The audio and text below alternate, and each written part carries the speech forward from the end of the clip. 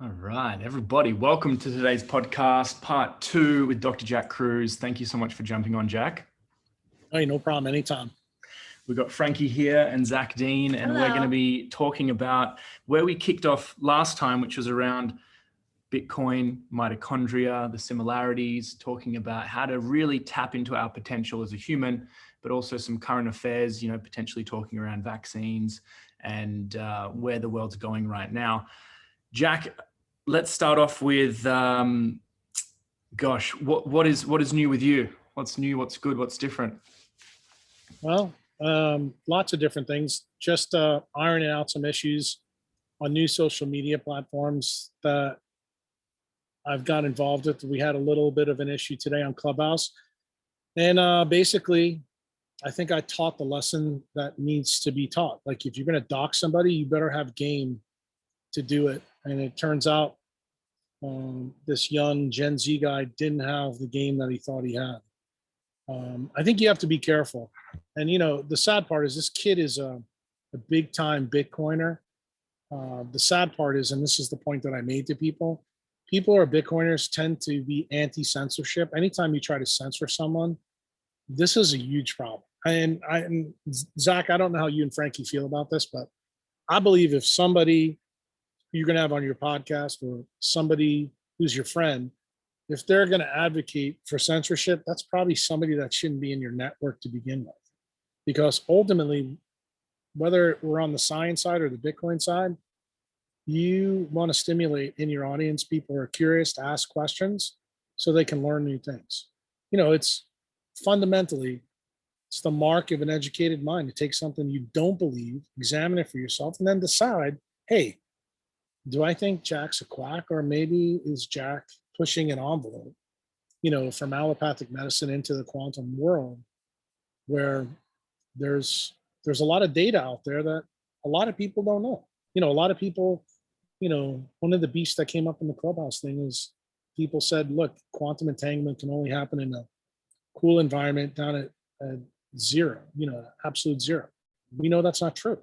Papers that were done at Harvard University showed in a leaf, chlorophyll works in a warm, wet environment. Quantum entanglement happens. Jim Al-Khalili wrote a book called Life at the Edge, which I'm sure you guys probably have read, showed that European robins and other birds use magnetoreception to navigate around the Earth's magnetic field. How do they do that? Via quantum entanglement. Last time I checked, these birds, they're not close to absolute zero. They fly around in the air like everybody else. Last time I checked, I don't believe any of the plants that have chlorophyll. You guys can see it behind me. Are we at absolute zero? So, you have to be willing to let your ideas be challenged. What these people believed 20 years ago was correct. We now know new data has updated the game, and it's our job. We do podcasts like this, is to share the new data with people, then, tell them where we learned about it, let them read the sites, let them read the books, and then they can make an educated choice themselves to find out, am I fucking crazy? Or maybe I do a pretty good job of reading the literature and disseminating on podcasts when I come on with two young people from Australia. I think the biggest thing that a lot of people have challenges with is, you go to school, you go to university, and you're so conditioned in a certain way. I remember when I was at uni, as soon as I started learning about the economic system and the psychology part of it, I was like, this is all wrong.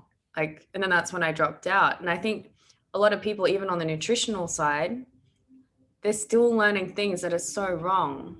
And when you're conditioned in the box, you're not willing to jump outside the box unless you've been, I guess, you don't have to be brought up in that environment, but if you're willing to be curious. Frankie, I was brought up in that environment, but I will tell you that even to this day, I'm a lot older than you. I'm probably older than even your dad.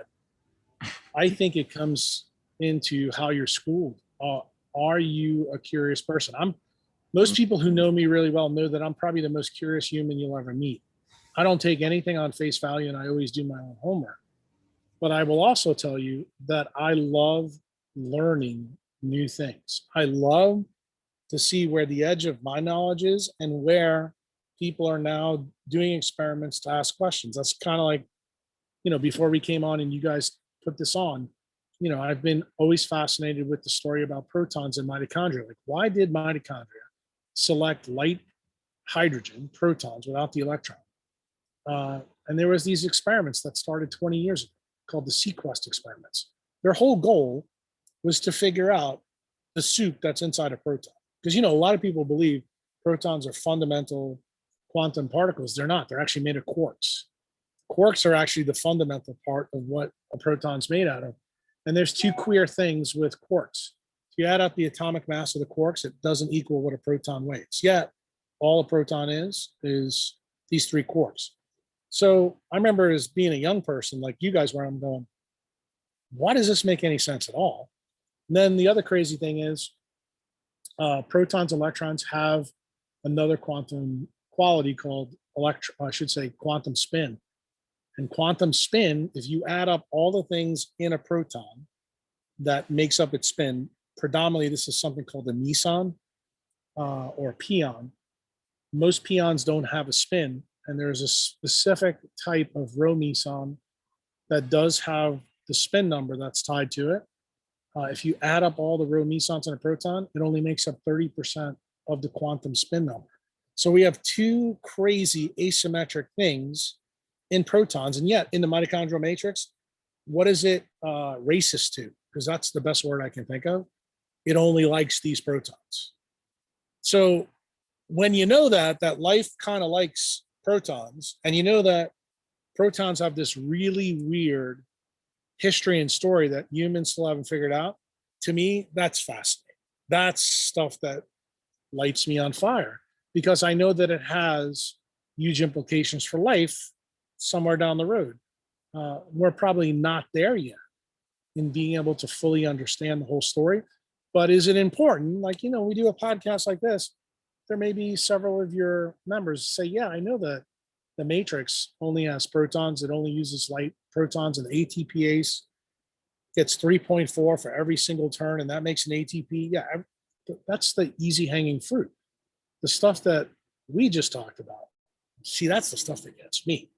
The stuff that we don't know the answer to, and then we can actually hypothesize, why would God or evolution pick a proton that has these asymmetries in it?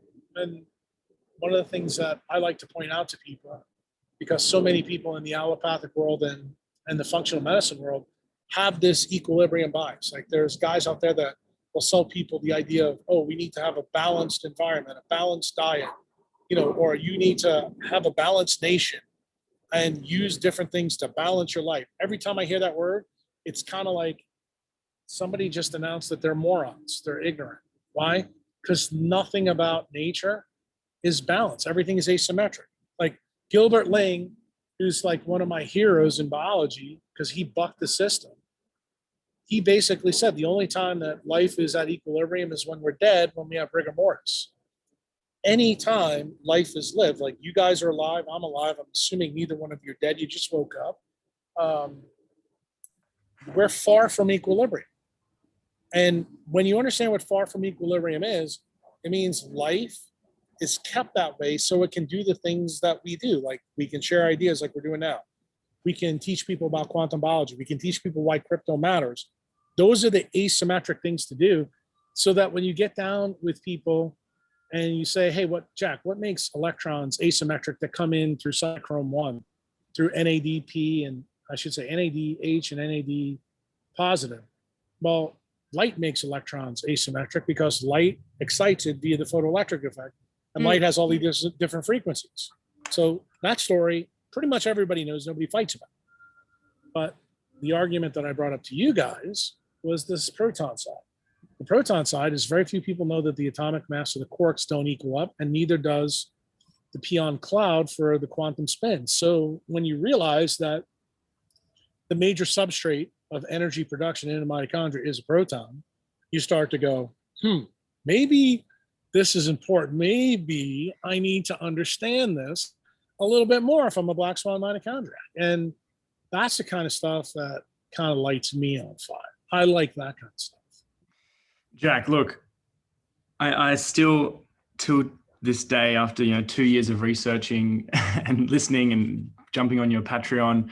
I don't, I understand every like second or third word from what you're saying. But what I do know is what you say is getting into the sun works. And so the bit of an update for those who watched, those who watched last interview, Bitcoin and Mitochondria on YouTube. Cheers, glass of wine. There we go. Early for us. And I would like to go into that a little bit more, but more so talking around what you told us last time works. And so we read the leptin prescription article as well as the cold thermogenesis. And which, guys, I actually did, and I lost 3 kilos. So Frankie's lost 3 to 4 kilos. But I was also doing ice baths without any exercise, and that was the cool thing. And so I actually need to stop exercising because I had severe adrenal fatigue. So every time I exercised, I'd feel fatigued for like the next 3 weeks. Well, you got to remember, over-exercising also is another way to discharge the battery in the mitochondria.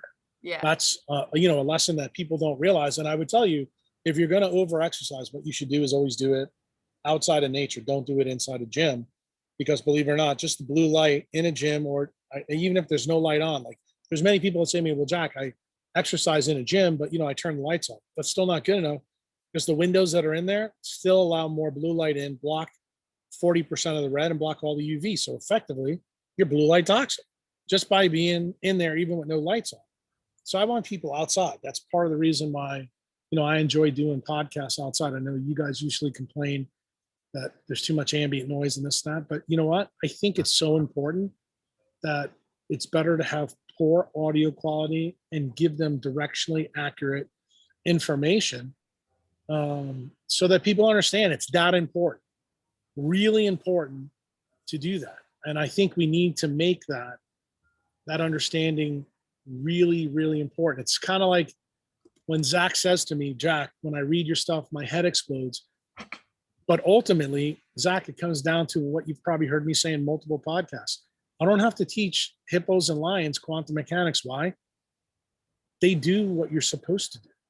And like when I talked to you about the proton story, believe it or not, that proton story goes back to light too. So it always comes back to light, water, and magnetism. But since we're humans, we always have this quest to know why.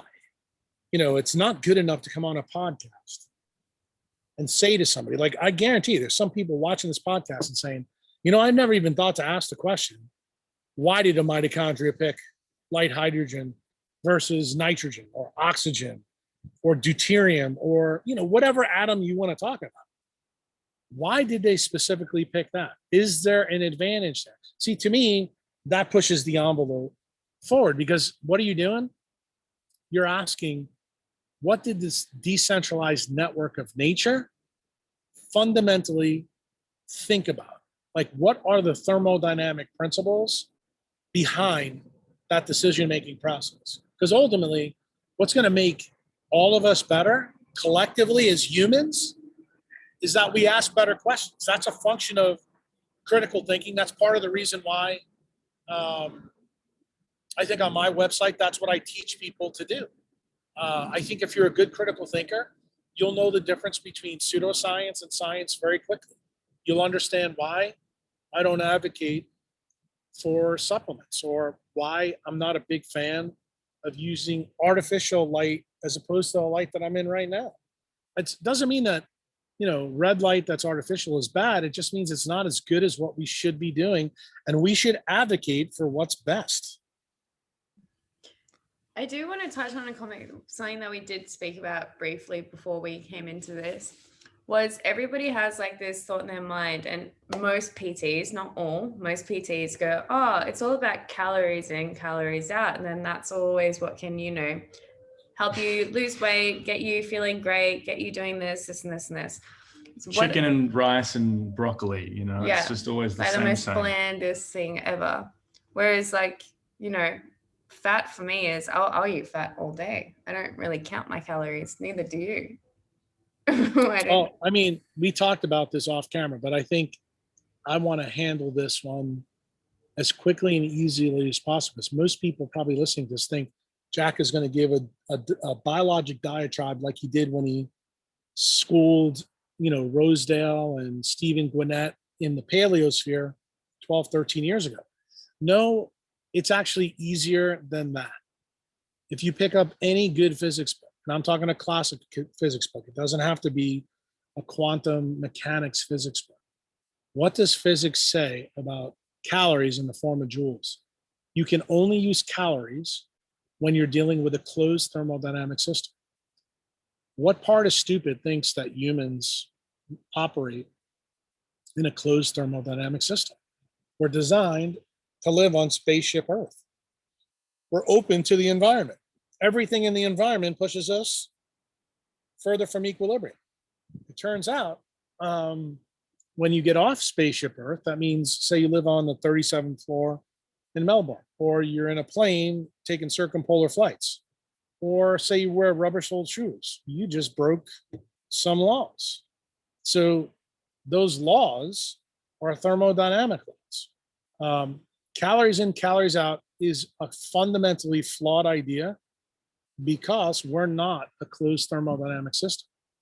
That's where the discussion should stop, because that's really what the science says. And when you fundamentally understand that, don't ask me a follow-up question about, oh, but this guy said this or this guy said that. That's because they don't understand the physics side of when to use calories and joules as an appropriate measure for different things. There's a time and place to use calories. Like if you want to fundamentally find out how much a Big Mac has, and you do it in the lab in a closed system, I'm all about that. But does it matter clinically to the person? No. Yeah, I think it's just like one of those things where it's such a common thing that I hear, it's like, oh, as long as you work out more and you're burning more calories than what you're eating, like you're doing yourself. And that for me is like, you're actually running yourself dry. It's like, Frankie, you know what this is like? This is like when we talk to people on Clubhouse or about crypto, and you can tell the questions they're asking is based in fiat when they should be thinking in Satoshis. It's exactly how I look at it. And it's kind of like they have to do the heavy work of updating their reality. But I don't think you guys as interviewers or me as a guest should actually cater to the lowest common denominator in the audience. And unfortunately, these days, that's what a lot of people do. Yeah. And I think I want to elevate people's games to where I am. I love coming to talk about the controversy that I stir in different places. The reason I do it is because I want to push people to the edge of where science really is. I want them to understand that what they were taught a long time ago is probably not accurate. Yeah. Awesome. Yeah. Well said. Yeah. I'd love to know, one of the first interviews I listened from you was around 5G and the 5G rollout, but this was, when it was just starting. A couple of years later, have you noticed? That was probably 5 years ago. Oh, wow, that was 5 years ago. So have you noticed any impacts that 5G is making? Is it, how do you? We saw the impacts in the election in the United States. If you go and take a look at who voted for who, you'll notice that 5G was rolled out in all the places that Biden voted for. What does that tell you about dopamine? What does that tell you about melatonin? What does that tell you about choice? I'll give you a perfect example. People don't realize that 5G as an electromagnetic radiation alters brain chemistry through voltage-gated channels, through topologic effects. The major effect in mitochondria is through calcium efflux. What people don't realize is that sunlight that I'm in now, even when it's cloudy like it is, sunlight is basically a calcium channel blocker, natural calcium channel blocker. So it offsets that. Now, if you happen to be in an environment outside that's bathed in 5G, there's a battle between nature and non-native EMFs. So what is that battle? Because I like to frame things so people understand. Nature is decentralized, 5G is centralized. Corporations made 5G, nature makes sunlight. So this is the reason why I don't want you to own fiat because it's centralized. I want you to own crypto because it's decentralized. And the crypto you own should be 100% decentralized, not a little bit decentralized, kind of like Ethereum. Yeah. We can argue about that. As long as you reframe what you mean by crypto.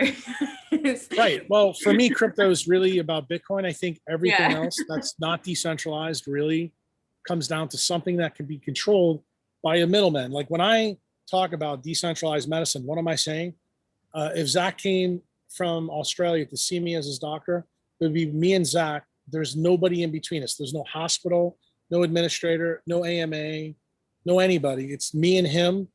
And I'm not going to legislate what Zac should do through the prescription pad, supplementation, or even artificial light. I'm going to actually explain to him what nature requires of him. And maybe some of the things that he's doing in Australia now are not as good as they could be. And the proof is, say, on his peripheral blood. When he looks at it, he's like, fuck, that's really me. Yeah. And that's kind of what gets you to move off of zero. It's kind of like when we teach people about Bitcoin. My whole goal is always to get people off zero. When it comes to biology, I want to get people off zero to understand that they've got to use nature more and less of the things that people want to sell to us. Because guess what? The people that sell to us, those are the middlemen. And middlemen is a synonym for a centralized system. If you want to advocate for a centralized medical system, then I think you should go see your doctor. And you have to realize when you go see your doctor, most of them will have blue checks on Twitter, and they tend to work for hospital systems. They're employees. So what does that mean? They can't tell you, well, since we're going to get controversial probably here in a little while, they can't tell you really how they feel about vaccines, because if they do, they could get fired. Or their bonuses will be different. Or, they'll be admonished by the hospital administrator after Zac releases the podcast, and they give their free opinion. See, opinions, this is why censorship's a big deal.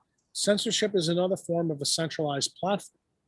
And the problem is right now in medicine, and you guys are facing it way more than we are in the States, doctoring in Australia has probably been more centralized because they've advocated for vaccines and lockdowns, even when it made absolutely no sense from the data that was coming in. It's kind of like the government and the paradigm said, this is what we're doing.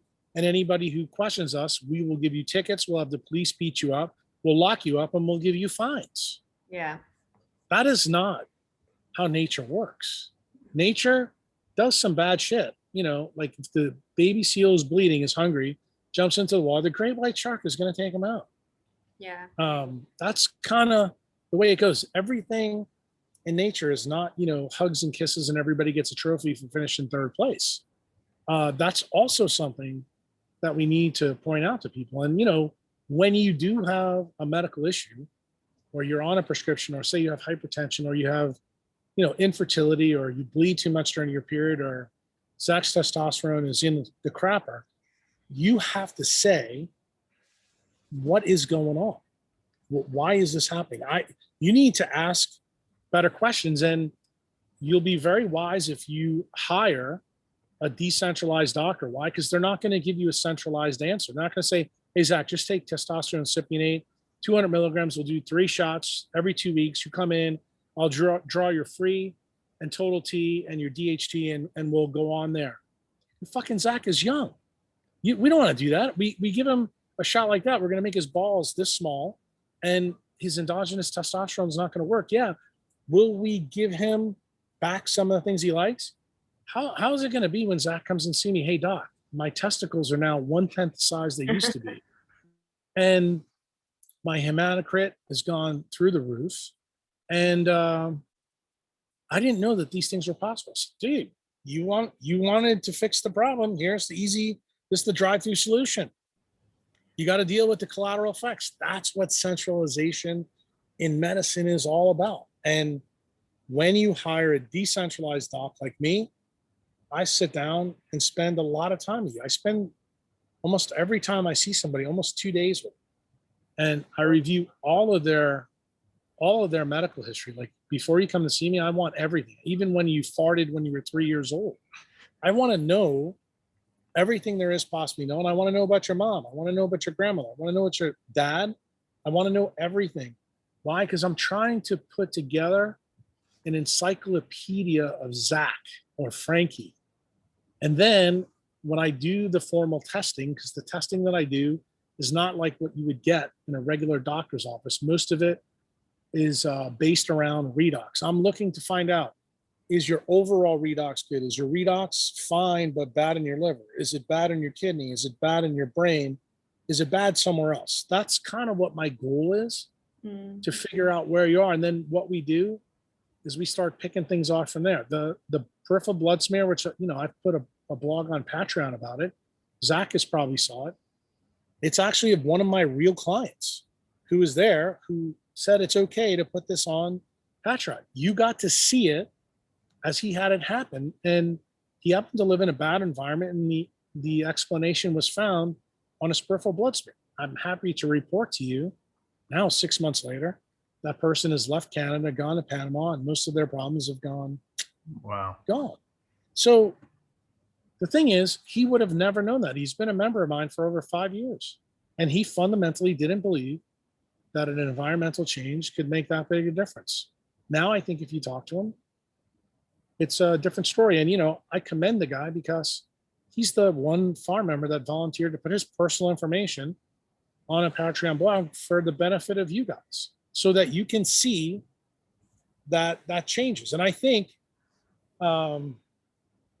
maybe even you doing a podcast with a guy like that would actually be kind of important, because you could hear the struggle of probably what went on for 5 or 6 years. Why couldn't I change this? Why couldn't I do that? It's because environmental changes are a big deal. And Frankie, this comes into something I know you're passionate about. Why has Jack started talking about crypto the last year and a half?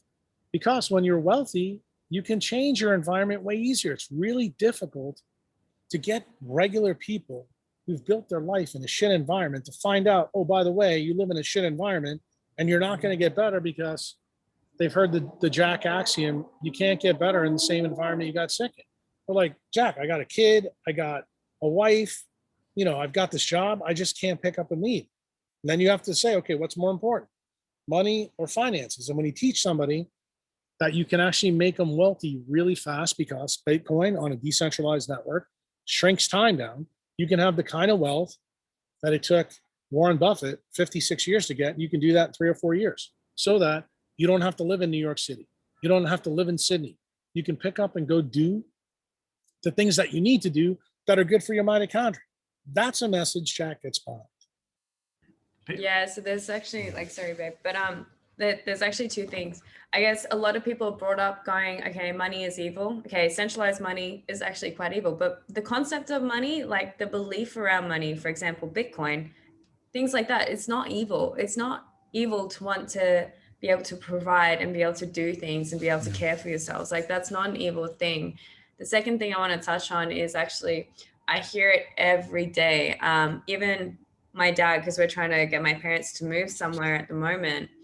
And he's like, oh, your mom can move first and then I will come, because so she can get set up with a stabilized job. And I'm like, no, just make the change. Things will happen once you get there. But unless you're there, you can't actually be Actually, I would tell your mom to move. You know why? Because once mom moves, dad's probably going to be pissed off. Yeah. I will tell you, that's one of my modus operandis with people on my website and in my farm. I believe that if you can get mama to change, things change. Yeah. People don't realize, you find out how good your relationship is pretty quick. Once the woman changes, the guys generally will follow if they're really into the girl. If they're not, then you're probably headed for divorce court. But that's also probably a good thing too, because you really don't want to be around people that are an anchor and keeping you from the ultimate environment. I know a lot of people listen to this probably be appalled by what I just said, but I'm dead serious about it. I couldn't agree with you more though within that, because a lot of people get so stagnant that they're so afraid, and it's just like that afraidness is what you need to break through. It's like, more you're afraid, it's like, just go and do it. Yeah, fear keeps you in your prison. That's the box. And it actually, I think, curtails your curiosity. And I think the friends that you have, the family you have, and also, your significant other, to me, this is something you should be doing together. And if you're not, question why you're not. And then before you tie the knot, you may want to think about putting it off for a while. And then I would tell you, if you're married and you're in this situation, which unfortunately I think a lot of my members are in, I mean, they know I went through the same issue myself. You have to put your big boy pants on and make a decision and say, I'm done. if you know fundamentally that it's not going to help you stay well longer term, I'm not saying it's an easy choice. I'm just going to tell you that I think it also sets a tone for your friends and family. It also sets a tone for your kids. You Yeah. tell them you're doing the right thing because you care about it. You know, I can tell you I think it's had a pretty good effect on my son. I don't know about my daughter yet, but you know, my son's getting ready to spend about 5 or 6 days with me at the Bitcoin conference in Miami. And since I got him into Bitcoin as a relatively young kid, I can't tell you how bullish he's become. He's also now paying way more attention to the biology things because he now begins. When I made the case to him that Bitcoin is decentralized, that's why you want to own it over fiat. And then I told him that nature does the same thing. He's like, Dad, why didn't you ever actually explain this before? Because people who are Bitcoiners are going to become mitochondriacs like this. And maybe people who are mitochondriacs will jump and realize that crypto makes total sense when they really understand fundamentally why nature is the ticket. And I have found in, you know, the last year that people have found me on Clubhouse when I started doing the crypto rooms. They've actually become members and they go all in on the biology stuff. The flip side of that is people have been members of mine for a long time. A lot of them struggled with crypto. I made the comment last year on the 4th of July for Independence Day in the States. I invited 80 people over. Out of the 80 people, only 8 people pulled the trigger. All those 8 people are now millionaires. Wow. So I'm like, I think whatever I have to do to keep pushing the envelope for people to understand why decentralized is important. It's the most thermodynamically efficient network for you to plug into. That includes crypto and biology. And I want people to understand that because ultimately the synonym in your head, every time you hear decentralized, especially coming out of my mouth, it's the most energy efficient way to do things. Yeah. No middlemen. No, 100%. I agree with that. Well, obviously I agree with that with my position, but I think it's also like one of the reasons why Amber was created was to help people get over that fear of taking that risk. So, you know, you could taste it a little bit and then you get hooked.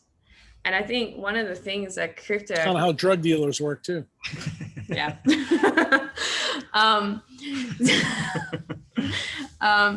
Yeah. So what we kind of, where was I going with that? No, what I was going to say, easy entry it's an easy entry, but like what I was going to actually say with it was, for me, it was kind of like that pivotal point where I was like, I'm either going to just take a risk and see what happens. But since I took that risk, I couldn't believe how much, not only myself, but how much Zac has grown, how much, you know, my parents have grown in terms of really understanding. See, that's a beautiful thing because you know what you're doing? You're affecting the people that you care about. You're affecting your environment. You know what? That makes you bullish on you. It also makes you want to know the truth, Frankie, when you say that? And I don't want you to think I'm getting, you know, excited about taking you away from Zac. It actually makes you more attractive. It does, because you know what?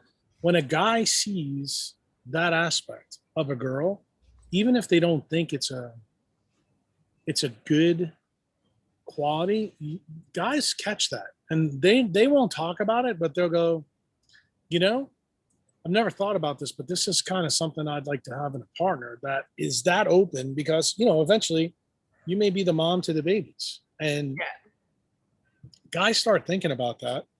Ultimately, it's really funny we're talking about this because I was in a clubhouse room about 2 weeks ago, and some of the guys that are your age were in there admonishing me. I made the comment as an old fucker that I think that men and women need to pick mates out of the best friend circle. And when I tell you that 2 specific guys, I probably shouldn't call them out on this podcast, but you guys are in Australia. They won't know. British Hodl and also American Hodl. They told me, no, Dr. Jack, you're wrong. I know American Hodl very well. Right. He's like, no, you're wrong. We don't want to be best friends. We just want to have sex. We want to be different. And I thought to myself, these guys are millennials, and here I am, a boomer, and I'm like, has the world really changed that much? That's kind of how people look at it. And to be honest with you, I personally, because I let him hear it all out, I still don't believe their modus operandi. I think that people that you care about as best friends are where you should pick both friends and mates. If you can't spend 3 or 4 hours goofing around with your mate, you're probably picking the wrong person. Yeah. I mean, I don't want you to be up my ass for 12, 13 hours a day. Now, I want you to have all the same interests that I do. But do I think that once you find somebody like that, that there's a trust there that you can have? And not only that, the flip side is, say if you're in a relationship where it was good and the trust goes away because two people are growing apart because their redoxes are separating. That also, I think, is the number one reason why my generational group has a 55% divorce rate. Right. I think it's been very common in the boomer generation. Why? Because we began before technology, and now we live in a tech world. So to me, it makes total sense. You guys are a little bit different. You were born into a tech world. And I don't know how relationship data is going to develop with you guys over time. Do I even warn my own kids that I think you need to be really careful about who you get hooked up with? I think you do. And I think you need to be very protected in terms of how you do things going forward. I do. I think it's a prudent thing to do. It's kind of like telling somebody, yeah, go buy Bitcoin and don't put it in a cold wallet, leave it on an exchange, and don't worry, you'll be fine because you own Bitcoin. I don't want people to think about, marriage the same way either. I think you need to do some things to make sure everything's copacetic. And I would say the same thing about biology. If your primary care doctor, dips the toe in the decentralized platform, but, still likes writing prescriptions for statins, you may need to think about doing something different. Yeah, alignment and truth is becoming more and more of a conversation, and it's fantastic. It's quicker than I ever thought. A few of my friends, we thought, hey, let's go buy a property and build like an eco village 3 years ago, just before kind of 5G hit here in Australia. And then 5G hit, and I was like, oh gosh, this is like, it was a 20-year plan. Now it's like a 5-year plan. And then COVID hit, we're like, this is a 12-month plan, not a 3-year plan. And the time is just like, wow, okay. But I think looking to the future and looking at, having a partner and looking at the world, it's kind of like bringing a kid up in this world kind of scares me a little bit to know. Okay. Let me just tell you something, Zach, about kids. They're scary in any generation. It's the truth. They really are. Do I think it's something that everybody should do at least once? Yeah, because it's kind of an interesting process for humans to go through. It affects people differently. A lot of times it's good. I tend to hate babies, but I like them when they get older and they start telling you no. That's when I like them, because I like messing with them. But I will honestly tell you that I think the key thing that I've told my own kids is that I want you to be ready. Well, here's the difference between my world and yours. You need to be hypermobile and be ready and willing to go to environments and different places that are optimized for you, Frankie, and the baby. And you know what? Sometimes those decisions may not be good for your dog there, may not be good for your mom or dad, but if it's good for the family unit and the baby, you both have to be strong enough to make the decision. And I would tell you, Zach, you may have to give more in the marriage to realize that, or I would say Frankie the same way. She may have to give more in different places, because really a good partnership is about the give and the take. And the thing is, when you look at relationships, or you look at health, or you look at crypto, specifically Bitcoin, as a redox play, actually, to be honest with you, it makes decision making pretty easy. It's not very difficult to do. It's just that you may find that your partner doesn't see the world the way you do. Like the dog there, he's going to go wherever the hell you take him. He's going to have to make it either in Canada or in Costa Rica, you know, and he's not going to care. He's still going to come up and say, take care of me, feed me, walk me. Frankie or Zac may not be like the puppy, you know, and you have to be aware of that. And I think the thing here is, I wanted to ask, are dogs affected by blue light like humans? Because, you know, we have the solar. You know that dogs see UV, right? So right. Dogs being outside, like I guarantee you already know this as pet owners. When you mention to your dog, we're going outside, he goes batshit crazy. Yeah. Or when you open the door and the sun's in, the dog will lay right where the sun is. Remember what I said to you in the beginning of this podcast? I don't have to teach animals quantum mechanics. I have to teach you guys who have this thing in your head that allows you to break all the laws of nature. See, I don't have to teach them because they live in the environment that they're best adapted to. We don't do that. Like, you know, in your colony itself, Australia, most of the people in Australia, they're not indigenous. The people who are indigenous are living in the bush. You know, everybody else that lives on the outside of the dish, y'all came from somewhere else. Yeah. So technically, it should be no surprise, you know, why you've got melanoma, why you've got autoimmunity, why you've got obesity. Why? Because none of you belong there. If you really want to, you know, it's kind of like saying, hey, let's move all of humans to Mars and let's see how that works. Probably not going to work out too good with, you know, no atmosphere, no magnetic field. And it's minus 100 every day. That's actually the decision that we actually make. And people don't realize this. They don't realize, you know, I never thought about it like that. I think what I'm curious to know about is a lot of people are getting the vaccine now. Are there any, what can these people do to say, hey, they've now started to wake up. They're going, I've got the jab. And I'm like, okay, maybe they're having some health impacts, or they're seeing their family and friends having these impacts on their health. What's the best thing they can do? This is the simplest answer I'm going to give you the whole time. Build your redox. Right. See, the thing is, you never get COVID. Back to redox. Right. Guess what? You never get COVID if your redox is high. The people who got COVID is their redox sucks. Their mitochondrial colony, it's not good. That's the reason why vitamin D is the best proxy for who's going to get COVID and who doesn't. I said that over a year ago. In fact, Zac, you'll probably appreciate this. I put a tweet out today, which you could probably put in the show notes, where a study was just done. It was just published that showed that the spike protein is the key. In other words, COVID's not a respiratory virus. It's actually a virus of the circulatory system. I wrote a post last April on Patreon. Since you're a Patreon member, you can read it. And I put it on the tweet. I said this over a year ago before any of the studies came out. Why? Because what does COVID fundamentally do? It damages endothelium and it damages red blood cells. Why is that a big deal? Well, in the Patreon post a year ago, I put down what my friends who were working in the ER in New Orleans saw when we had our little spike right after Mardi Gras. And what we saw was not really a respiratory problem. The lung issues came in after the vascular pathology started.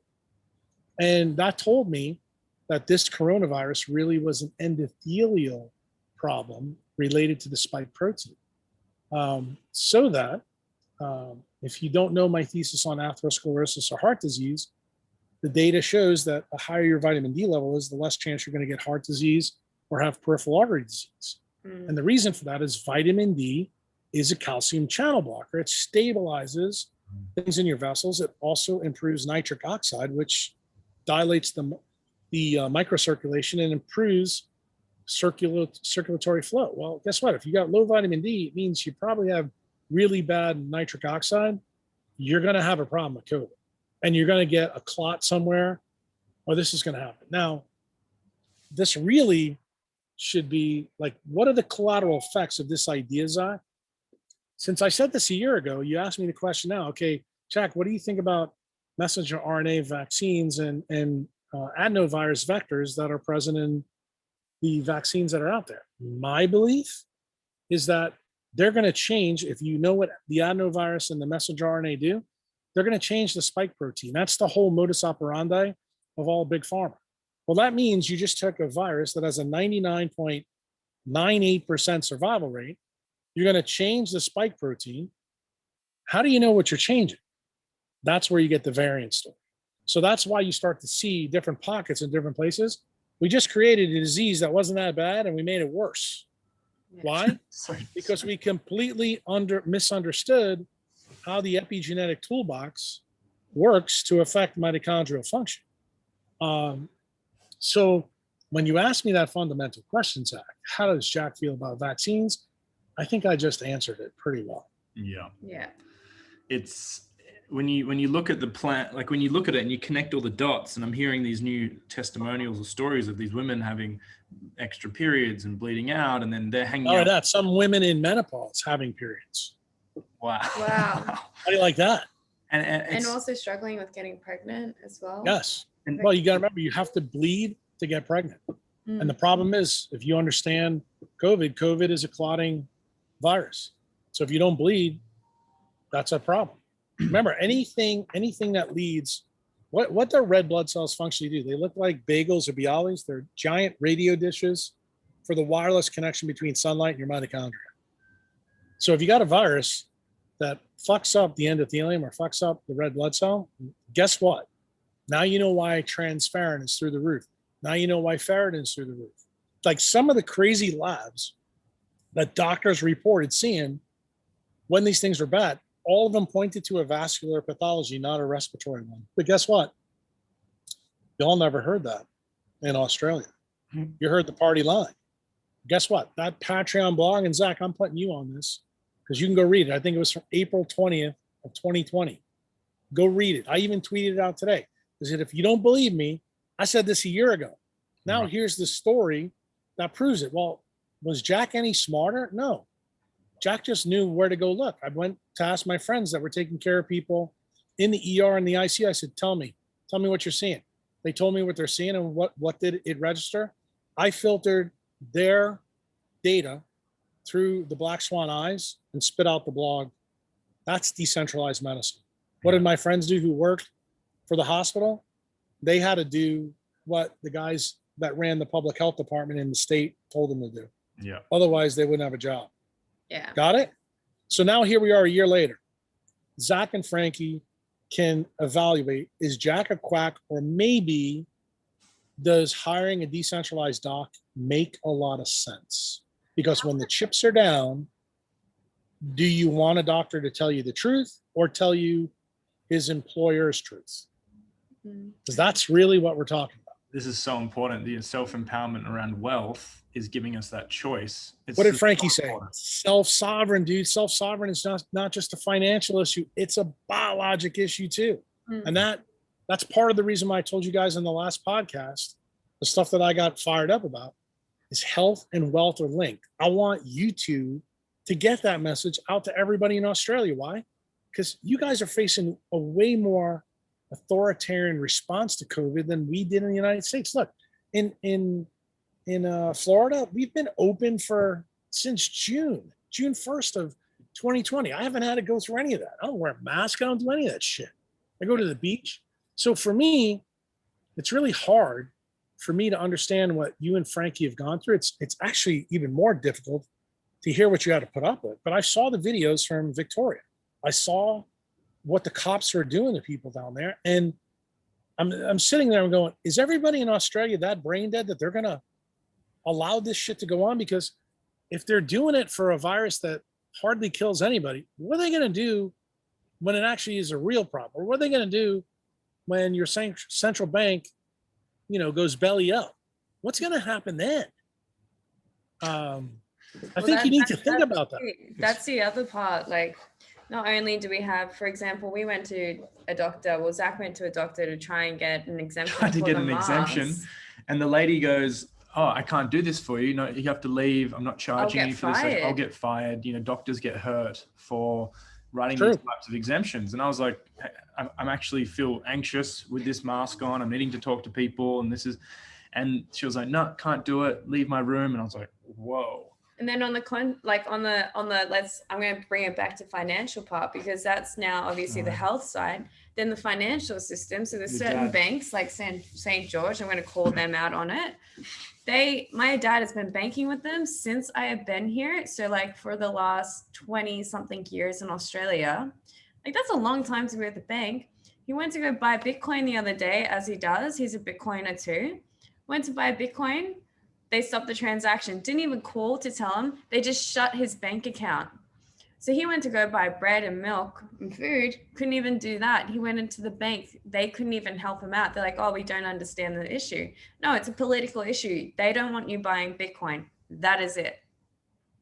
So to me, I'm just going to tell you something, Frankie. This will probably be politically incorrect. I guarantee every Aussie that watched this will hate my guts. That is the reason why, if I was Australian, I would be on the first plane out. You cannot live in an environment where the government thinks they're smarter than you are for yourself. And when you get that realization as a tax-paying citizen, that's how the modus operandi works. And I'm going to tell you, I'm going to give you the flip side for the United States, because there is a flip side there. This is the reason why I told people in California, New York, Illinois, and Texas to move to Florida. Why? This will never happen in certain parts of the United States, but it's going to happen, just like what's happening in your entire country is happening in certain parts of our country.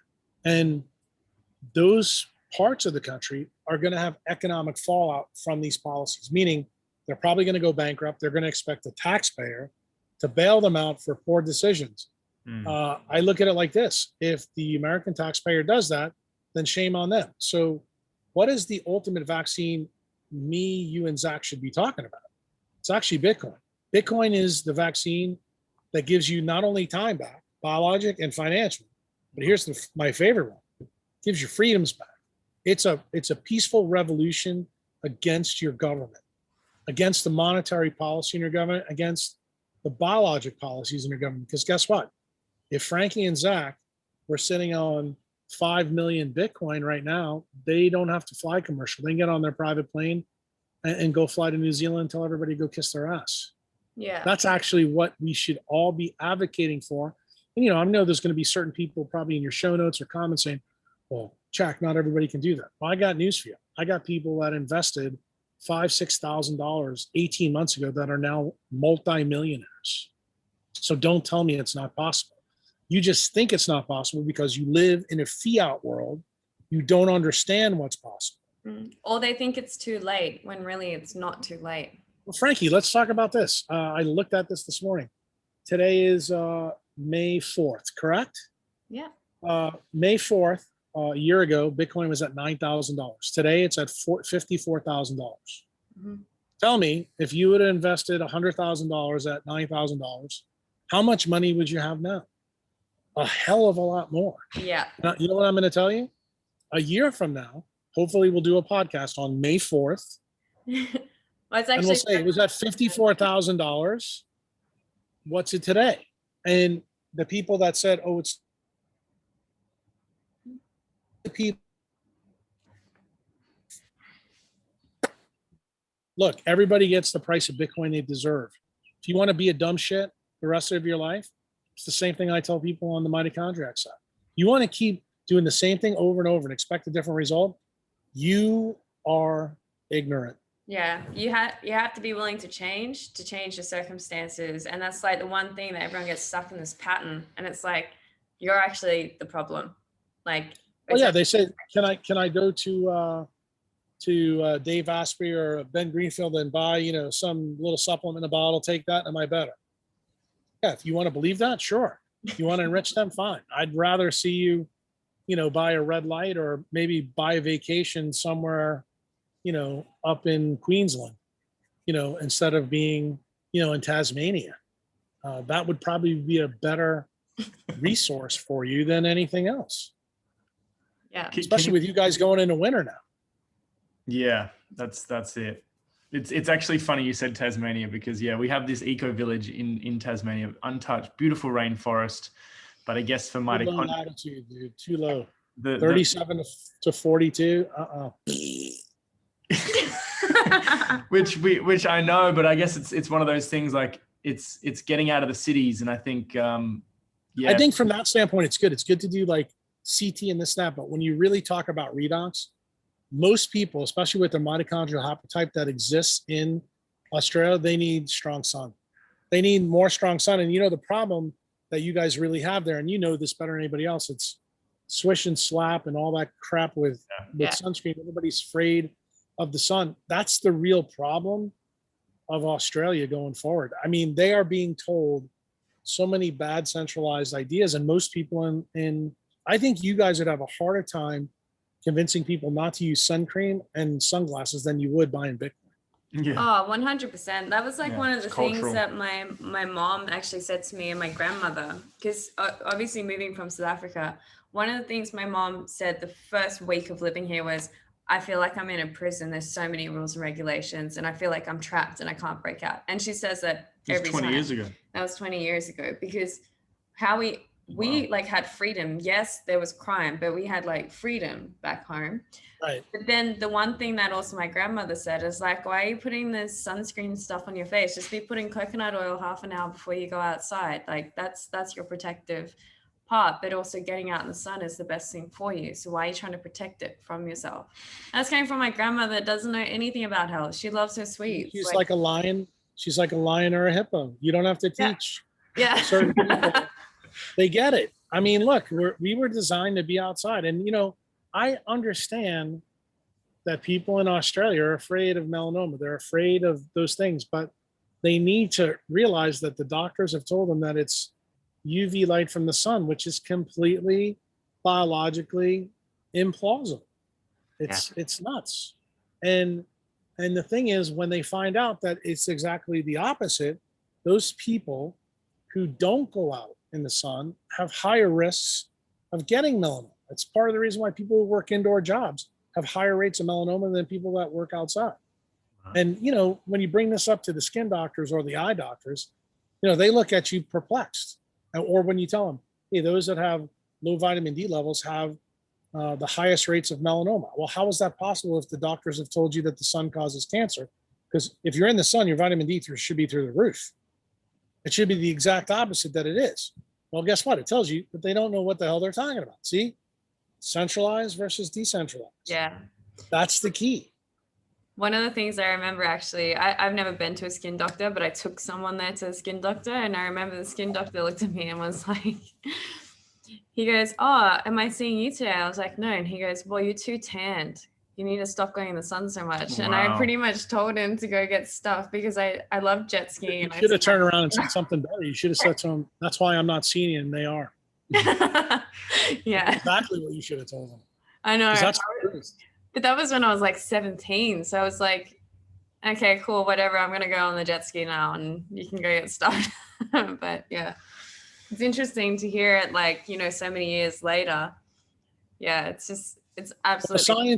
The science now is pretty well developed on the vitamin D stuff. The problem is, I think that your guys' culture and society down there is so been sold the bill of goods on the sun that it's going to be really difficult to break. But I hope, when we do videos like this, especially with a doctor who's not from Australia, I guarantee you, just like you mentioned before about the doctor with the vaccine, if a doctor in Australia came out and said something positive for the sun, they would probably be in front of the medical board like that.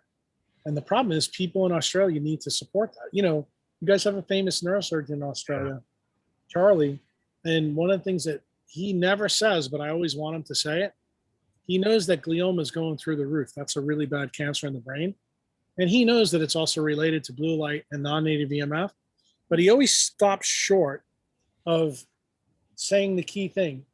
There's been ecologic studies in neurosurgery that show people that have gliomas, especially like GBMs, if you have low vitamin D level, those are the people that get it. Yeah. If you have a high vitamin D level, you don't get it. But he never goes there. You know why? Because he happens to be a neurosurgeon that is in an island country who thinks the fucking sun is the devil. Oh. And I think he's a little bit nervous about going out on that plank. Look, me as a neurosurgeon, I got no problems telling you that. I mean, I've showed that slide. I can't tell you how many times from that study. That study is a worldwide global study. This isn't like Jack Kruse's opinion. It's every country in the world shows the same data. So when you see that, you need to be worried about getting diseases when you block the sun. That's what the last meta-analysis from Sweden said in 2016. It said people who actually avoid the sun making the same decision as people who smoke cigarettes. That was the most shocking thing that was probably ever written in a meta-analysis in medicine published in PubMed. When, I mean, people read that, their heads should have exploded. But guess what? The doctors are not talking about that study. And that study is now 5 years old, from Sweden. I always make sure that I bring it up, especially if I'm talking to dermatologists or ophthalmologists. That's awesome. It's kind of like the old saying, how they say the apple a day keeps the doctor away. It should be sun every day keeps the doctor away. Yeah, exactly right. And that is the truth. A couple of things that we took from last interview was around the needing cholesterol to create vitamin D. And so I did more research on that, and we've been upping our fats, and I feel my brain is so much more it's firing. I'm sleeping deeper. I'm eating less and less cravings. Sleeping a lot, actually. And losing more weight from having more fat. So we need that cholesterol to make vitamin D, guys, right? This is really important. We're eating more organic meat and all the fat and all that type of stuff. And locally sourced food, by the way. So it's not just organic. We're making sure that we're buying organic, things that are within our region. Yeah, within the circadian cycle of what grows. Like, you don't want to eat a pineapple where you guys are. Just because Whole Foods has them in the store, don't go there. Yeah. And the other part was Jared Pollack's study on, the fourth phase of water and actually how sun creates more negative charge in our body. And I was like, this makes so much sense. And this is how I heard stories of yogis meditating or, not being able to, they just don't eat and they've just got no digestive system. I was like, what, how is this? And he spoke about different examples of people who don't eat much food or they're airtarians, and that's because they use the sun. They're more plugged in than any of us. Right, but that's the whole point of understanding. I just did a quantum health TV show about redox, and I was kind of a little bit, I don't want to say an asshole, but a little bit. I was like, why are we talking about this on TV? Because they asked me, well, what is redox? I said, this is going to be the shortest TV interview I've ever done. It's the amount of net negative charge in your body. That's it. End of report. Turn it off. You don't need to know anything else. Then when you actually think about it, like you said, Zach, you read Pollack's book and you go, oh, wait a minute. Just getting in the sun increases the exclusion zone in water, which has a net negative charge. You go, voila. It should make sense. And then, I'll take it further levels. Why do I tell people to eat seafood? Because where do fish live? They live in the ocean where more electrons are. Fish are loaded with electrons. How do electrons work? Electrons only absorb light. Photoelectric effect, 1922, Nobel Prize, Einstein. Voila, more negative charge. So you start putting it all together and you go, wow, this really isn't that big a deal. Now, the problem is if you live in Australia and all your seafood's dead and you're eating farm seafood and you're putting sunscreen on and wearing, glasses, and you got your little kid who's 4 years old and he's wearing sunglasses and you're buying the party line, you're in for a rude awakening. You are going to get a wallet biopsy from a guy like me who's got an Australian accent down under. And so I have just a couple of questions around the seafood. We watched that Seaspiracy documentary on Netflix, and it's pretty tragic, some of the stuff that's going on. But I'm wanting to know, how many oysters should we be eating every day? Because that's pure DHA, right? That's going to be an easy answer. How much screen time do you have each day? How much time are you inside? The answer is, the more you live like a modern human, the more seafood you need. The more you're living like a wild human, the less you need. Okay. The more you live at a low latitude, the more you need. The more you live up in Queensland, the less you need. So I must bring my inner ape out of me from what grew me up when I was a child. Frankie grew up with, monkeys in her backyard, and there's one monkey one day like slapped her ass because she thought she was one of the kids. It was hilarious. Yeah, but yeah, we got to go back and just run naked in the trees. That sounds like well, I think it's the best plan. Like you guys building your ecosystem down in Tasmania, you could probably do that for 3 or 4 months down there. I think if you go down there probably now or the next couple of months, you're going to freeze your ass off. It's gonna be not cool. that it's not a bad thing to do CT, but you really need more sun than you think. And here's the other access in this argument that I want you to understand. You guys are very young right now. When you get to be my age, if you understand the effectiveness of sending 5-deoxy cortisol to 25-dihydroxy vitamin D actually reduces with age. Why? Because you don't make as much water in the mitochondria as you age. Because remember, every decade, your heteroplasmic rate in your mitochondria goes down 10%. That's what aging is. So you guys are much more effective in making vitamin D, or you should be. And then remember that vitamin D has to go from the skin to be processed further in the liver or the kidney. So what does that mean? That means people could be getting their skin in the game in Australia, but if their liver's bad because they have leptin resistance there, or their kidney's bad, they're not making it. You can be tan and still have a low vitamin D level. What does that tell the quantum clinician? That there's a problem at the liver or the kidney. See, that's what people don't understand. And the reason they don't understand is because they don't realize that making vitamin D isn't a one-stage story. It's also not an enzymatic process. It's actually UV light breaks a chemical bond in a ring to actually make vitamin D. There's no enzymes involved. Right. This is purely a physical process. The enzymatic process that does occur is changing 25-dihydroxy vitamin D to 125 in the liver or the kidney.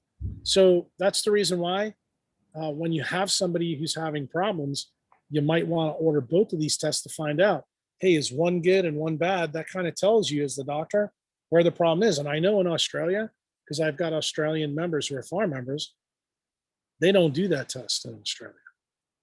So what does that tell you? The centralized docs in Australia are working on data that's been funneled down. Yeah. It's like Yelp. It's like social media. They're only telling you what they want you to know. And that is the modus operandi of what they think health is. Well, what if they're wrong? I just told you that they are when it comes to vitamin D. Yeah. I'm curious to know with cold thermogenesis, we're looking at, cold exposure, cold showers, ice baths, to actually that creates apparently more heat or more electrons into the mitochondria to help. I wouldn't say electrons. I'm going to tell you what it does. Your mitochondria is a hydrogen. Remember we talked about that before, protons. It's a quantum hydrogen heat furnace. So when you're in colder environments, what are you releasing? More light. You're releasing heat in the form of infrared light. What does that do? Because Zach read Pollock's book, that increases the exclusion zone in the water made by the mitochondria. Correct. So that's where the net negative charge comes from. It does work, but is cold thermogenesis and the release of heat to shrink the respiratory proteins as probably good as the sun? If you have a coupled haplotype, meaning some of the people in Frankie's home continent, people from Nairobi, they're not going to do well with cold thermogenesis. Why? These people have dark skin, like they're almost purple. Because Nairobi is at 1 degree latitude north and literally 8,000 foot plateau. They're the darkest people on earth, but yet guess what? Everybody from that area wins every marathon. Why? Because they're tightly coupled. They don't make any free heat. They don't need it because they work in the sun. Well, if you happen to be Northern European, American, or Australian, you have uncoupled haplotypes. Those people tend to do really well with CT. Why? Because the more uncoupled you are, the more heat you make. The more heat you make, the more net negative charge you can make in the exclusion zone of water. That water comes from cytochrome C oxidase in the mitochondria that is predominantly made with red light exposure. It also doesn't have much to do with electrons in this case. It has much more to do with the heat released from the hydrogen heat source. And what happens, in fact, Zach, you can look at this. I deleted the blog that I wrote against that guy today in Clubhouse, but I left the the video of Feynman talking about magnetism, one of the things he says in there multiple times, water is the only thing that actually, when you heat it and when you cool it, is different. When you heat it, it shrinks. It's the only thing in nature that does that. Wow. And the reason why nature or God, whoever you want to believe, put it around the respiratory proteins, when you heat water and it shrinks, it brings the respiratory proteins closer. Here's where your electrons come in. That means that the space and angstroms between cytochrome 1, 2, 3, and 4 is shorter. That means quantum tunneling is more likely to occur. See, you just got a lesson. That's really. I had to go unhippo, unlion on you. Yeah. So yeah, that makes a lot of sense. So it's creating that heat that creates more negative charge that gives your body redox power. More redox. Yeah. And it just assumes that your respiratory proteins aren't really spread out. Like if you live in Sydney and you're a 5G environment, you do cold thermogenesis and think you're helping yourself. No, the real answer is move out of Sydney. Right. Because CT is not going to offset what blue light and 5G does, is make your respiratory proteins like go from Perth to Sydney. So it's like crazy. What happens to me is like when I'm on tech for too long through the day, I find, towards like 3, 4 o'clock in the afternoon, my breath is less. And the people that I'm talking with, they have to breathe more. Is that having to do with our body's impact from radiation? Yes. Potentially? Well, yeah, it does, because since you're a Patreon member, you're undressing yourself here. You didn't read my hypoxia series. I have a hypoxia blog that actually says when you're in non-native EMF or blue light, it actually makes you hypoxic. And so when you get hypoxic, why? Most people think hypoxia is bad. I'm going to tell you, in your case, Zach, you're going to be shocked when I tell you this. It's actually a good thing. Why? Because remember, oxygen is the terminal electron acceptor for respiratory metabolism in humans. The reason why the body makes you hypoxic, it's trying to reduce oxygen tension. The reason why, that reduces the free radical signal. So your body is actually looking to protect you. So that's why you hypoventilate, okay? It's so you don't make too many free radicals, because what does non-native EMF also do at the mitochondrial level? It creates the Fenton reaction, which is a reaction with iron and a hydroxyl radical that actually makes a really bad situation. That hydroxyl radical causes lipid peroxidation. What does that mean in English? It takes the inner and outer mitochondrial membrane and pokes holes in it so that your charge leaks out. It's kind of like when you take a screwdriver and put it across the battery terminals in a car and you see the spark and you're discharging it. That's exactly what the hydroxyl free radical does. So when you get hypoxic, because most people realize, hey, Jack, if I'm not breathing, that's generally not a good thing. In your case, you've realized that when you're doing a lot of tech, your body is reacting because it's protecting. It's the same reason why people get cataracts with blue light. It's your eye trying to protect your brain from the blue light. Mind blown. Yeah, that makes a lot of sense. Nature is amazing when you understand her. Yeah. She is telling you, telegraphing to you that you're doing wrong things, change what you're doing, and you will get better. Yeah. That's it. That's why the lions and hippos don't need Uncle Jack. So I do have a quick question. So people that are in Tasmania, right, for example, they're obviously not getting the sun quality is what we get here in Queensland. So what could they be doing other than obviously coming out to Queensland? What could they be doing in their town? Would it be more like getting a red light panel and getting those? Yeah, red light panel would help. A lot of CT, I think a lot of seafood. Remember what I said to you before? Latitude means more seafood. The good thing at low latitudes, unfortunately, doesn't work in your island. Generally, the Southern Ocean, the reason why whales go there is because that's where the best seafood is. Cold water fish have the highest amounts of DHA. The problem is the fishing around Tasmania is not so good anymore because of the things that humans have done. If they can get good wild fish down in Tasmania, it'd be very smart to do. The other thing that would be smart to do is probably in Australia, I specifically mentioned this, you suffer from another problem, which is the bad hydrology cycle. So would I import my water? Because most of the water that comes from Australia sucks. Why? A lot of reasons, but it has to do with something called the South Atlantic anomaly. The way the cycle works with water, you have too much deuterium in the rain that falls. The other thing that happens, remember, Australia is a big island country. In the center of the island, it's a desert. That's a geopathic stress zone. So all the people live on the outside. Turns out when you look at rivers, lakes, and reservoirs, what place has the highest level in a continent of where deuterium is? It turns out it's at the seacoast. That's where you all live. So that's the real reason why, if you were going to spend any extra money, I would probably tell you red light, deuterium depleted water, and probably a magnetico sleep pad. Those would be the things I do. Honestly, do I think those things are wildly beneficial? I think they help like you and Zach for a period of time. But when you get to be an old geezer like me, I think the better answer is get out of Australia. What was that last one you said around the magnetic sleep something? Yeah, the magnetico sleep pad is a neodymium magnet. It's a rare earth element. It's the most magnetic element on the planet. These are pads that are unipolar pads. And what do? They actually help your mitochondria reduce free radical signaling, because what it aims to do is replace magnetic flux. Like it would be like, when your puppy sleeps outside on the grass, he's grounding. This is a way for you to ground when you're sleeping at night. So magneticos are good. The problem is they're expensive where you guys live because it comes from the States. It costs a fortune to ship it. But if you really were pedal to the metal and money was no option, I would say get a magnetico sleep pad. You can use my member discount code to try to save some money on shipping.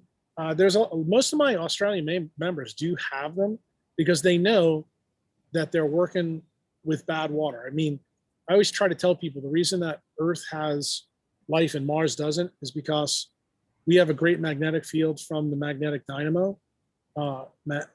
Mars does not have a magnetic field to speak from. That's the reason it has no atmosphere. And when you consider, okay, no atmosphere, the no oxygen, then you actually start to see how all the pieces fit, with how things started on Earth. And, that's when, Zach, I try to push you down the rabbit hole before. This story goes all the way back to that proton story that I told you about the Milky Way as it goes through. Turns out the supernovas that built the accretion disk for Earth had more thorium in it. There's less thorium in Mars. If you really want to know the reason why there's no more volcanism left on Mars than there is on the States, it's the thorium content. What's thorium all about? Uranium is a fissile atom, so it splits apart, makes tremendous energy. What drives the tectonic plates on Earth? Turns out it's a thorium nuclear reactor. And what impacts it? This is really going to blow your mind. Cosmic radiation, as the Earth and solar system moves through the galactic plane of the Milky Way galaxy. How do you like that? Wow. It's all linked. And so that everything is linked, my friend. Linked. Like the Tool song. No link, no life. Yeah. It's like the Tool song, that I always tell people to listen to about the Fibonacci sequence. When you realize how everything fits together, because you can see it fall apart. A lot of people listen to this podcast and go, I can't believe what he just said. There's no way that's the truth. And then when you jump down that rabbit hole and you find out that as you go through the galactic plane of the Milky Way, actually the interstellar gas is different. Hydrogen is different. Like we happen to be right now in a part of the Milky Way galaxy where we don't have a lot of interstellar gas.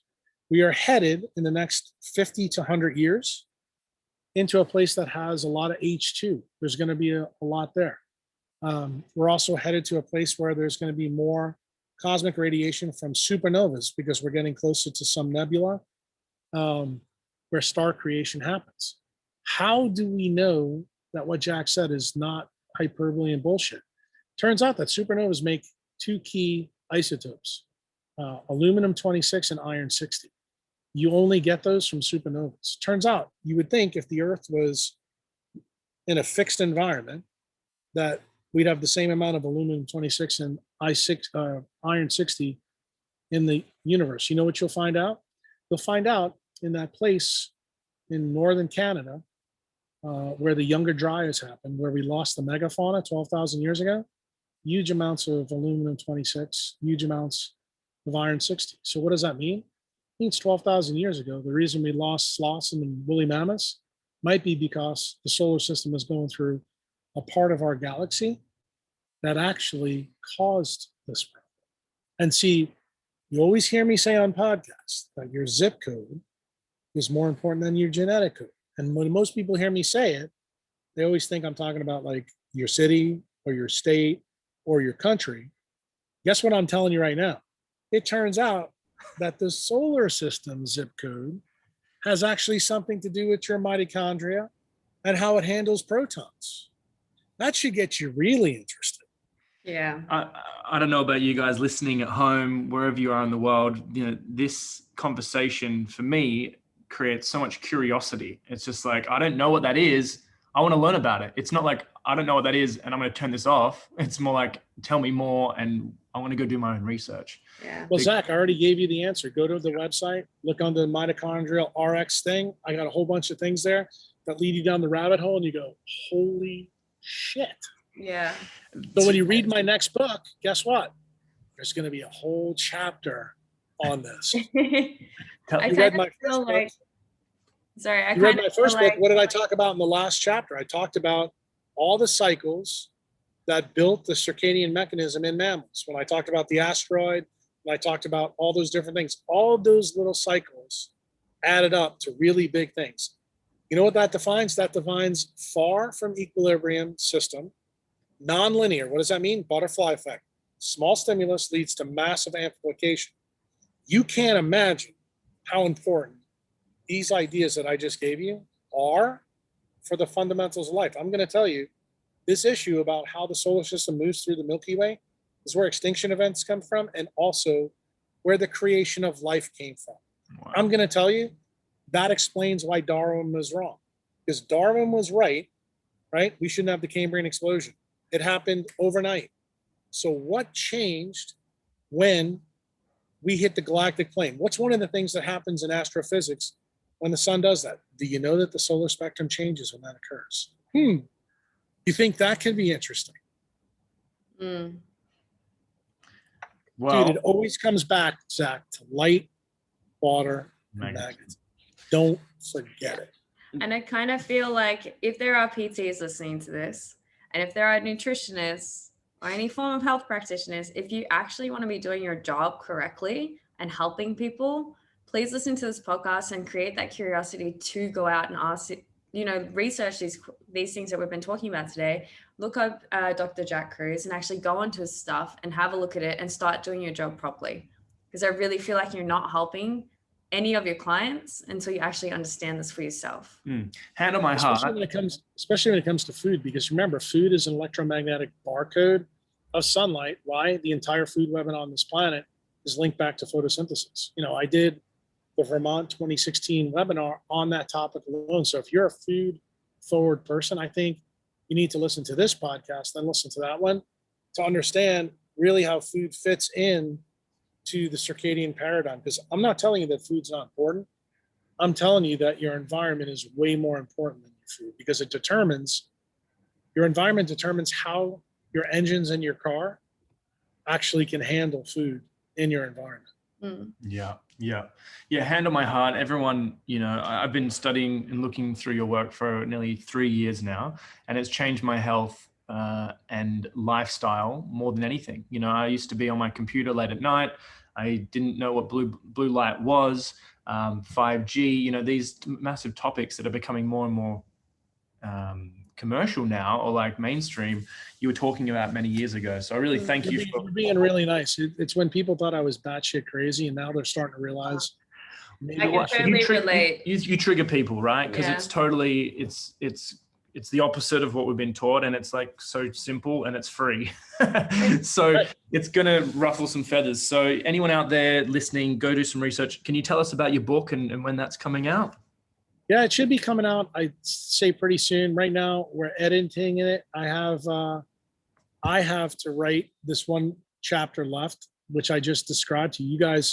You guys just got an early preview of what that chapter is going to be like, because in it, I think it's really important to explain to people, if you're going to be a black swan mitochondriac, you should actually know why nature stole two bacteria, brought them together one time, on the planet in endosymbiosis, and why they picked hydrogen to use. And I'm going to tell you the decision predominantly it's because of the zip code that we're in 650 million years ago. That's awesome. I look forward to reading it. That's so in a couple of months, what are we looking at? 6 months time for the No, book? it won't be that long. It'll be sooner than that. Awesome. We're close. I mean, I think I'm she's in there editing right now. Awesome. You know, Awesome. but I think we've got maybe like 100 pages left. And then I already have this chapter written. I haven't given it to her yet, but I wrote a whole bunch of it. I decided to leak a little bit of it on my form. I don't even think people really have realized what I've just dropped in their lap. Maybe when they watch this, they'll go back and look for it. But I think this is the ultimate rabbit hole to get into, because really what it ties together is biology, physics, astrophysics, actually gets back to the Big Bang, explains why Darwin was wrong, explains why Darwin was partially right, explains why evolution really is tied to the environment. It's tied to the electromagnetic spectrum that we were in at that time. And redox fundamentally is a decision of the quantum environment that primordial Earth was in at that time. Mm. Exciting. That's awesome. It's another big rabbit hole, everyone. Yeah. Hold on. But you had a couple comments? Yeah, I actually do, just mainly for the listeners. So you actually just made me lose my train of thought. Well, one of the things is, look, sunlight, thumbs up. Bitcoin, thumbs up. Decentralization, thumbs up. Centralization, thumbs down. Governments, thumbs down. Any controlling parties, thumbs down. Central banks, thumbs down. So really start to open up yourselves and look into things that are a little bit different. I can relate to the batshit crazy things. 7 years ago, I lost a lot of friends when I said, hey guys, get into Bitcoin. They're like, she's lost her mind, blah, blah, blah. Now they're all actually into Bitcoin, and that's how they make their living. So, and then now it's also the same thing. Since I've been looking more and more into foundational based health, everyone's like, oh, she's lost her mind again. She's gone crazy. So if people are saying this about you, same thing happened to you when you were a kid. If people are saying these things to you, you're generally onto something. So keep looking. I want to know when the book's going to be done. Yeah. So that's kind of like my final notes that I'm going to leave on. I want to know. Do you know when it's going to be done? About 81 pages left. Edit. Oh, So there you go. And you have those 2 chapters you have to We already complete. talked about the chapters. I just gave them a preview. Yeah, so as soon as we do that, he has to review it just to put it in the right order, make sure the chapters are in the right order, and then we can send it off to people. There you go. awesome. So it shouldn't take that long. No, Great. I'm determined to have it done by the end of this week. There you go. Wow. End of this week. How do you like that? My editing, that's it, the editing. I don't know when the book will be Okay. out, but I'm toying with the idea of actually letting the book go out on Patreon. She wants me to like hard copy it and put it on Amazon. I do. I don't know. We'll see what I decide. We'll I'll figure it out at the Everybody beach likes tomorrow. a put it hard out there. Yeah. His content is so deep, you need to read it 3 or 4 times. You don't have to tell Zach that. You just figured that out. Went through the whole I'm going to need to read it 10 times. Yeah, I was going to say, we normally need to read about 10 to 20 times. That's Then why I I'm told him he like, needs a hard copy. No Patreon. We'll see. I'm amenable to criticism. Well, thank you so much for your time. Thank you so much for your time. And yeah, we're really excited to share this around. So everyone who's listening, like, subscribe, share this around, check out jackkruse.com, check out the new Go buy book, Bitcoin right now. It's down. I bought 3 times today. Do it. Yeah, and get on the Bitcoin. we sold yesterday to buy today. So Awesome. All right. Sounds good. All Take care, guys. It was good talking with See you, Jack. all right, All right. see Bye-bye. ya. Bye.